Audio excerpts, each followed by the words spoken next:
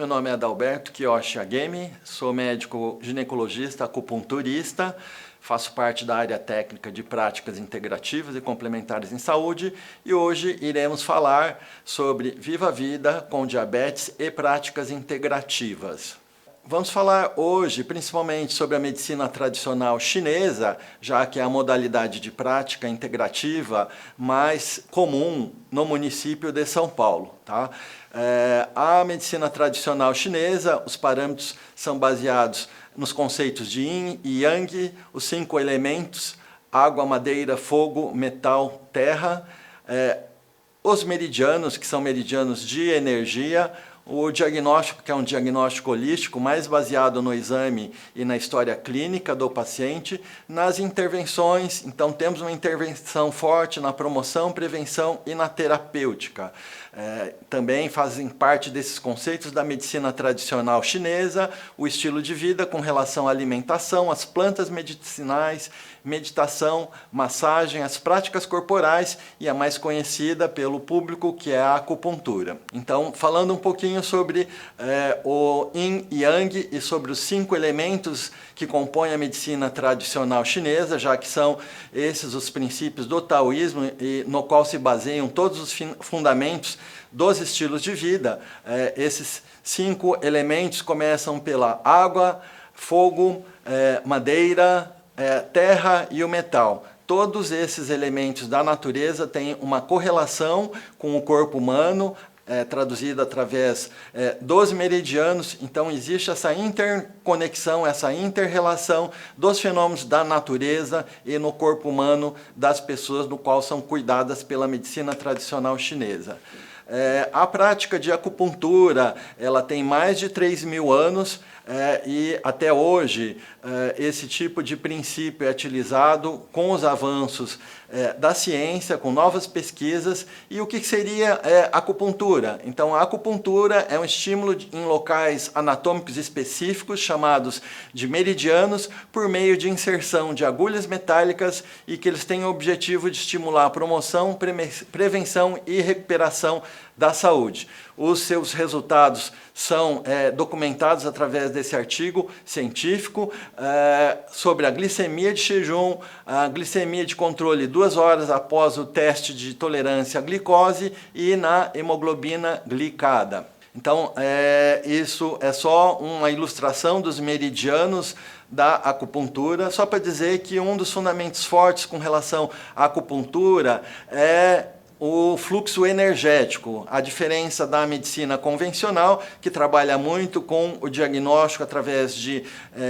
exames físicos, através de exames de laboratorial, exames de imagem. A medicina tradicional chinesa, baseada nos meridianos, tem um componente mais forte na parte clínica. Também um microsistema da medicina tradicional chinesa, a acupuntura, é a auriculoterapia. Então existe toda uma representação do corpo humano na orelha e através do equilíbrio desses pontos e meridianos da orelha, visa-se equilibrar e promover e realizar a terapêutica dos pontos de acupuntura.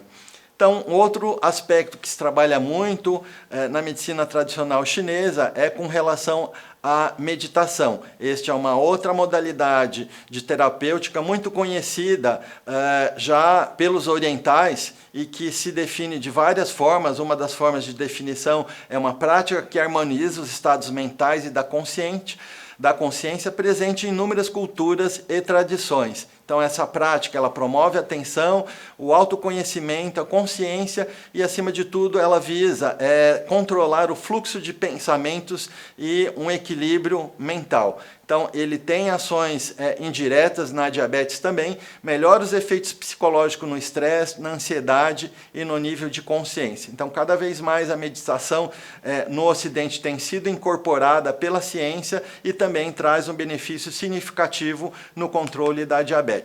Então, só para lembrar que as práticas meditativas, elas existem em várias técnicas e uma das técnicas que é claro que quando você está num ambiente tranquilo e calmo, que é uma das modalidades de uma meditação passiva, ela traz um benefício mais importante nessa serenidade mental, mas que também ela pode ser realizada em ambientes agitados, como aí em cima do edifício Copan, mas obviamente pode ser realizada em ambientes de trabalho, tá? Como as próprias UBSs, também na casa dos pacientes, dos usuários. Então, o espaço físico, ele também pode ser realizado de várias formas. Um outro aspecto que todo mundo tem uma ideia é que a meditação é apenas uma meditação passiva. Não, existe técnicas de meditação ativa e uma delas é a chamada meditação andando, aí no caso realizado no parque,